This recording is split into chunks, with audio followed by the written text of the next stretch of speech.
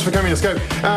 Tell me, did your love of food and the culinary, did that start at an early age for you? Around about 13, 14. Okay. Actually. Yeah, my grandfather was a chef, so I realised that he had a fun job and a very engaged job. You know, he was always happy and he loved people, and you know, he made beautiful things that tasted delicious. So yeah, I started wanting to be a fireman and a fighter pilot and an engineer.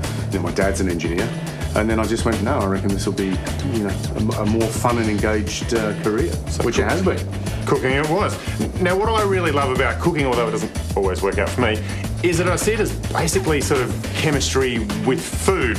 Absolutely. Would you see it that simply, or is there more to it than that? I think when I learned, the idea of, you know, chemistry and food was always purely just the pastry side of it, which is very, you know, it's all science and it's all chemicals essentially. You think about, you know, the process of leavening bread, you know, we did a yeast or, you know, something like a leavening agent like bicarb, for example, that creates carbon dioxide. So that was purely pastry, but certainly now cooking's changed and there's much more science involved. In restaurants, for example, the big changes over the years is there's not so many hot and fiery stoves, but more low temperature cooking. So you're seeing vacuum packing, which is extracting air out of an environment and having, say, a little piece of fish in there that goes into a water bath, and whatever flavouring you put in there all of a sudden becomes really intense. So it's almost like an aroma.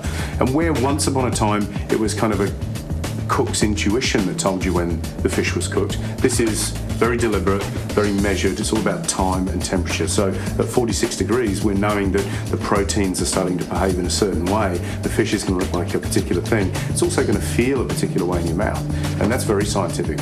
Interesting. Now, something I might just add a little bit here. Yeah. We use a bit of this. Bit of dry ice. Bit of dry ice, exactly, to get our pots bubbling away. Look at that. Which is essentially what? Carbon dioxide? Carbon dioxide frozen, absolutely. Is this an ingredient that could be used in a kitchen? And if so, how so? What would you do with dry ice? This is used for things like carrying aromas. So you might bring a dish to a table, have dry ice underneath like a little mossy platform. Okay. You might put essential oils, things like pine or lavender, things like this. And when you pour water, or even a tea that's got a fragrance inside it, as soon as it hits that dry ice, obviously that vapour comes up, and in that vapour you've got that aroma.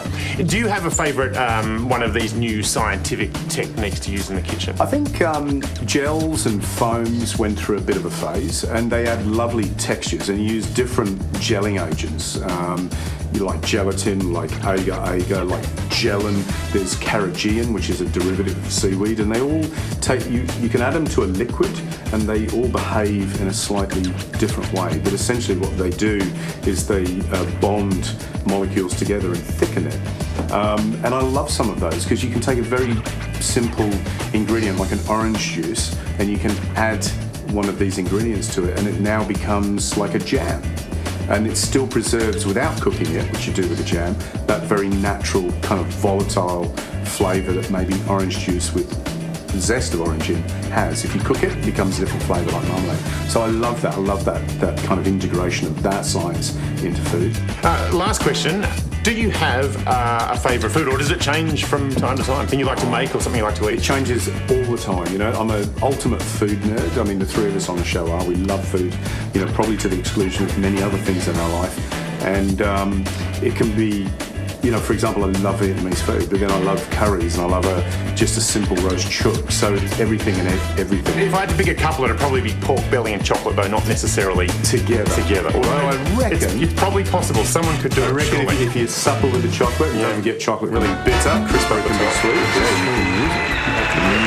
There's a dish for some contestants in the future.